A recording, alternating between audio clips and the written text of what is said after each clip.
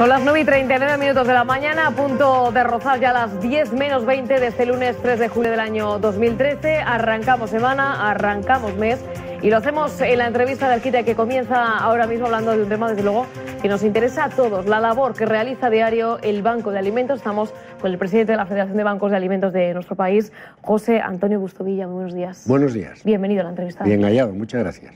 Bueno, decimos, una importante labor la que realiza el Banco de Alimentos, desde luego una labor solidaria que realizan ustedes a diario y denota también de atención al resto de personas. Les gusta a ustedes poner el acento en esa cantidad de comida que tiramos a diario y mucha de ella directamente en los hogares, llamada también de petición de solidaridad en dos sentidos: aportar alimentos y evitar tirar los que se pueden consumir. Sí, eso, desde que nacieron los bancos de alimentos, no solamente en España, sino en todo el mundo, que nacieron en Estados Unidos, se nació con esa idea y no había crisis todavía, ¿eh? Eso estamos hablando hace 25 años en España.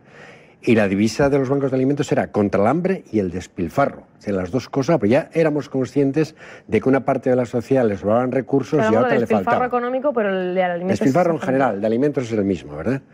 Ahora, lo que ocurre es que todo esto se intensifica en la situación actual. Y ahora mismo hay un estudio de la Unión Europea que procede de finales del año pasado que dice que Europa tira la mitad de los alimentos que produce. Y eso, dicho en términos absolutos, digamos que Europa estaría tirando 89 millones de toneladas de alimentos. ¿No? Eso es, bueno, y de esos, digamos, España está en el entorno de los 8 millones de toneladas. Es decir, eso corresponde a 180 kilos por persona y año. Y además se entiende bien que sea así. De eso, el 42% se supone que se tira en los hogares. El 39% en la producción, digo, en las fábricas, en los campos de producción, donde sea. El 14% en los restaurantes y el 5% en la distribución, es decir, en las grandes superficies. De manera que esa imagen tan impactante, tan triste de ver a alguien hurgando en los contenedores, realmente solo se corresponde con algo menos del 5% de lo que le está tirando. La partida importante están en los hogares. Esa es la fundamental. Esa es la partida importante, ¿no? De eso el 42% serían 70 kilos por persona y año. Y eso es muy fácil porque si uno hace los números sale a 200 gramos por persona y día. Y eso lo pesa un tomate.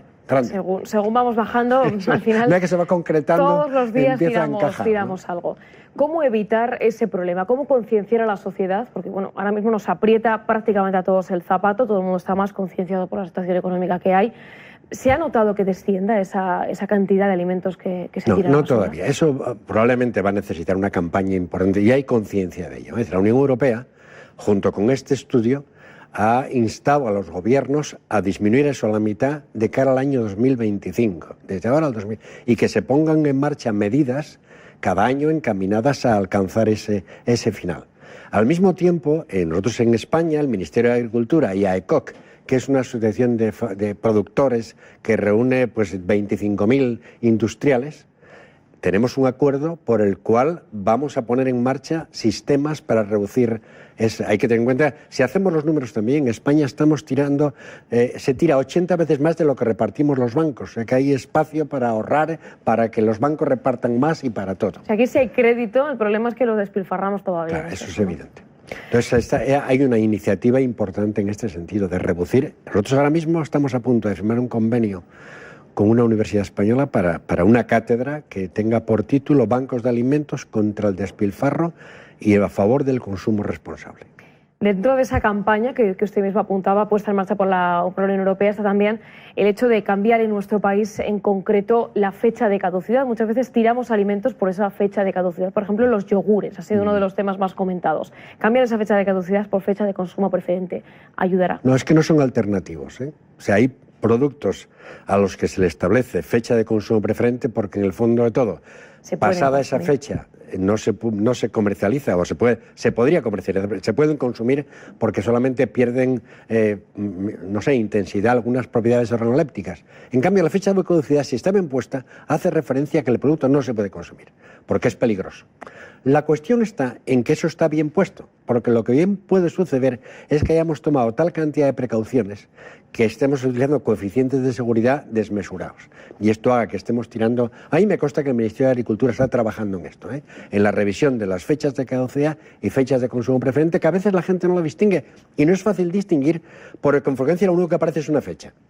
Y cada uno no sabe, y cuando uno compra para sí mismo quizá no tanto, pero para sus hijos sí afina mucho en qué es lo que está comprando. ¿Me parecen bien estas medidas, por tanto? Yo creo que esas son imprescindibles, claro, junto con otras muchas. Otras muchas propuestas desde el Banco de Alimentos, ustedes que saben bien lo costoso que es conseguir alimentos, sobre todo para la gente que no los tiene. No, propuestas en general, porque parte de esa pérdida también sucede en la industria, porque hay determinados calibres que no se pueden comercializar. Y entonces, porque legalmente no se pueden comercializar. Los tomates más feos no se venden, ¿no? Esto es. Los que no son muy redondos, sí, o las manzanas que no tienen el color adecuado. No, todo eso habrá que revisarlo. Y yo sé que el Ministerio está trabajando en ello, porque estuvimos en una reunión el otro día con el director general de Industrias Alimentarias y sabemos que está trabajando en esto intensamente, con muchos medios y con mucha ganas de hacerlo bien. Por ejemplo, ya que hablábamos del ejemplo de los tomates o de las manzanas, ¿qué hacen las grandes industrias, las grandes distribuidoras con esos productos que por estética, muchas veces, no hay otra razón más, no son aptos para la venta? El Banco de Alimentos, vamos a ver, yo imagino supongo que están dispuestos a poder suministrar esa comida. No, si es que fruta en perfecto estado, hay excedentes grandísimos. Hay tal cantidad de excedentes que nosotros, con la ayuda de la Unión Europea, la Unión Europea tiene un mecanismo por el cual, en el caso de excedentes de frutas y hortalizas, paga un precio de intervención al productor, al que lo tiene, al que es dueño de esos excedentes, y el transporte hasta el lugar de consumo, si se utiliza para consumo humano. Nosotros por eso habíamos repartido este año 14 millones de kilos, 14.000 toneladas en el mercado, que es mucha, pero los excedentes son todavía mayores. Es decir, no hace falta acudir a la fruta veterinaria. Hay fruta en perfecto estado que es excedentaria. Entonces, como es excedentaria, no se saca al mercado. ¿Cuál es el mejor destino? Que se dedica a alimentación humana. Si no se dedica a alimentación humana, ¿qué se haría? Y se hará, seguramente se estará haciendo. Alimentación animal o incluso al vertedero. El vertedero es un problema muy grave, porque todo eso produce metano. Y el metano es 21 veces más potente en efecto invernadero que el CO2 que ha hecho falta para producir esos excedentes. Es decir, eso que se ha tirado ha consumido energía, mano de obra, agua, recursos en general para acabar tirándolo. No puede ser, tenemos que tomar medidas para reducir eso. Esa es una de las grandes preocupaciones, sin duda, del Banco de Alimentos, ser capaces entre todos de organizar bien la comida que hay, que, insiste, hay excedentes de comida. O sea, si se organiza bien, nadie tendría por qué pasar hambre. Ese puede ser el mensaje. Naturalmente, todo el hambre del mundo, los 1.000 millones de personas que están pasando, resolveríamos el problema si fuéramos capaces de dedicar a eso aproximadamente el 2% de lo que se produce, de todo lo que se produce en el mundo. Es decir, en estos momentos se producen alimentos sobrados para atender a todos. Están mal distribuidos y bueno, pues eso es parte del problema, pero hay alimentos de sobra para alimentar a toda la gente que pasa hambre. Ese es uno de los problemas, decimos, intentar canalizar bien los alimentos que se producen, y el otro nos lleva directamente a mirar hasta Europa. Es un problema en parte de educación también, pero yo estoy seguro que las amas de casa, vamos, es muy fácil que si el 24% decíamos que son 70 kilos, se está perdiendo en los hogares porque estamos tirando comida, eso no cabe ni nada, todos, ¿no? De manera que, bueno, este es un problema de educación y de mentalización. Hace poco yo comentaba que Albal publicaba a través de Safe Food una serie de consejos para las amas de casa que en definitiva son las que van a comprar. Entonces uno de ellos será: no vaya usted con hambre a comprar porque comprará más de lo que necesita. Eso nos ha pasado a todos, ¿verdad? Pague usted con efectivo en lugar de con tarjeta porque se nota más el gasto y lo sufre. Y así, como 15 o 20 consejos así de elementales y de sencillos, pero muy útiles. Y luego la manera de congelar, en fin, es muy interesante ese camino. Decíamos, aparte de esa preocupación, miran ustedes también directamente a Europa. Hay financiación para los bancos de alimentos en nuestro país y se podría haber reducido. Vamos a ver, los bancos de alimentos no se financian desde Europa ni desde ningún sitio. Los bancos de alimentos están integrados por voluntarios absolutos, de manera que nuestros gastos de estructura son irrelevantes de todo punto, ¿no? Entonces, la Unión Europea lo que dedica es una serie de recursos para comprar alimentos para que se repartan. El mecanismo es: la Unión Europea determina que va a dedicar a esto, la Comisión Europea, por ejemplo, con datos reales, 500 millones de euros, que era lo del último año.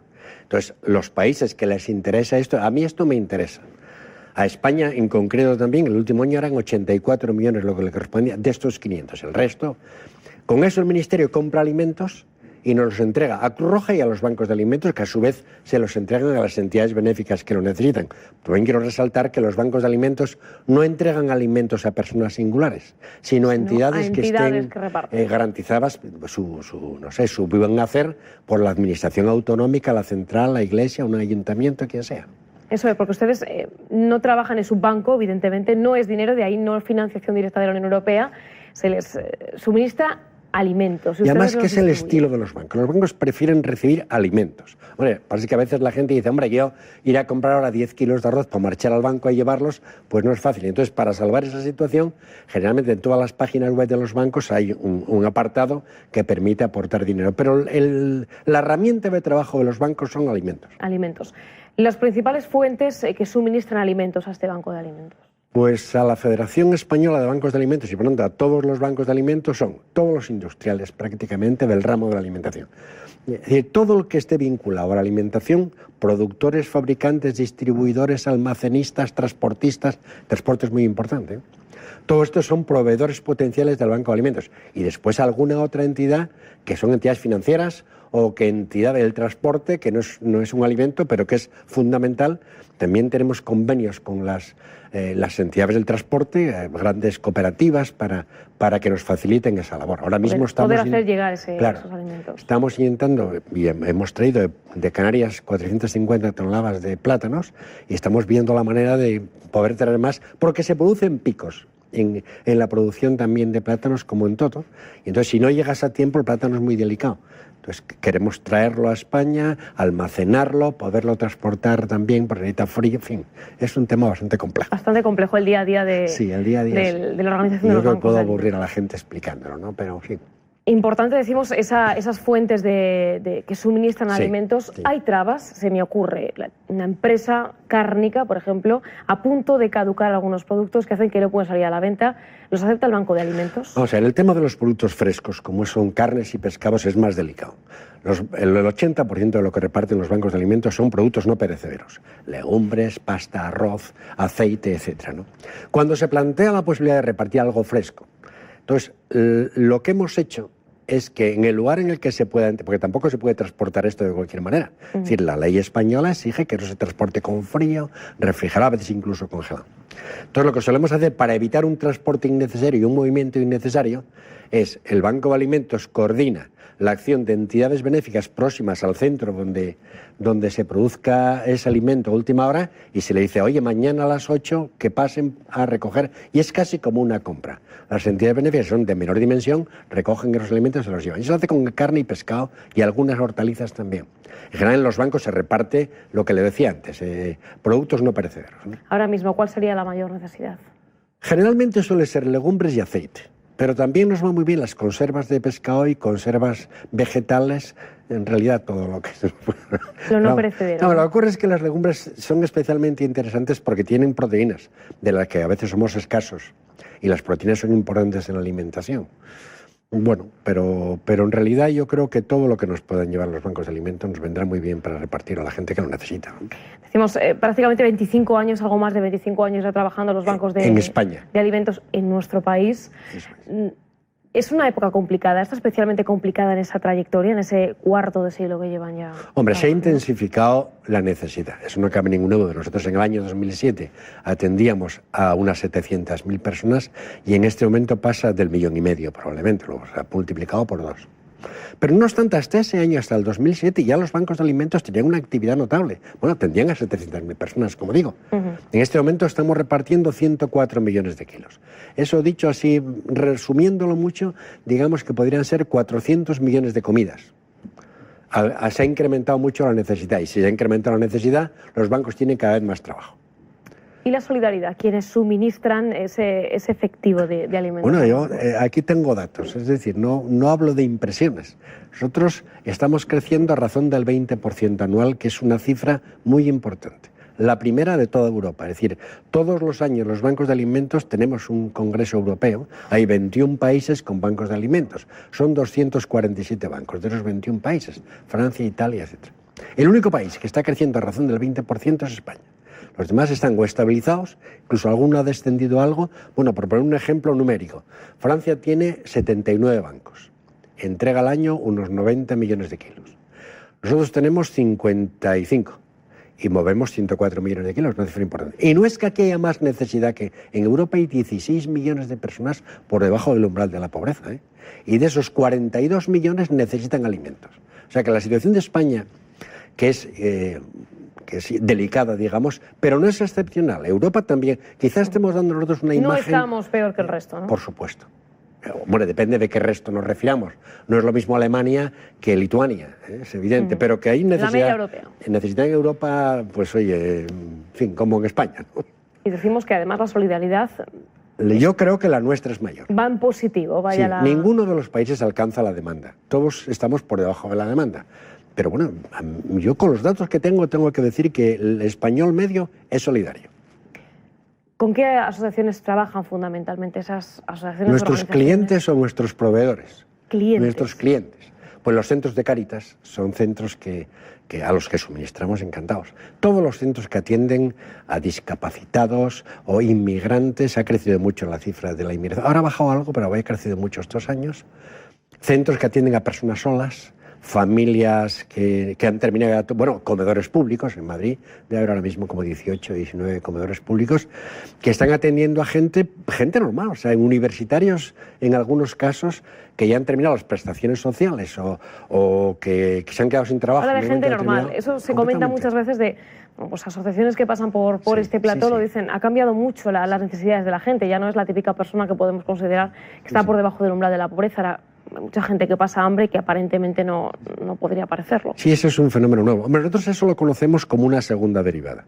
Porque claro, como no estamos en contacto directo con los necesitados, sino con las entidades, la información nos llega a través de las entidades. Pero por lo que nos dicen, efectivamente, ha cambiado el perfil del marginado casi habitual, inmigrante y no sé qué más, a la gente normal que ha terminado su carrera, que terminó sus prestaciones, que se ha quedado sin empleo y que se ve obligada a optar en esa tremenda disyuntiva que es: ¿me quedo sin casa porque tengo que pagar la hipoteca o tengo un techo y busco la alimentación? Y bueno, pues esa es la alternativa, ¿no? Hablamos precisamente del papel que podemos jugar los medios de comunicación para dar a conocer la labor diaria del Banco de Alimentos, en concreto esta casa, el ente público. Bueno, pues tiene en marcha firmar ese convenio de colaboración este mes de junio dedicado al Banco de Alimentos. Sí, para nosotros es vital.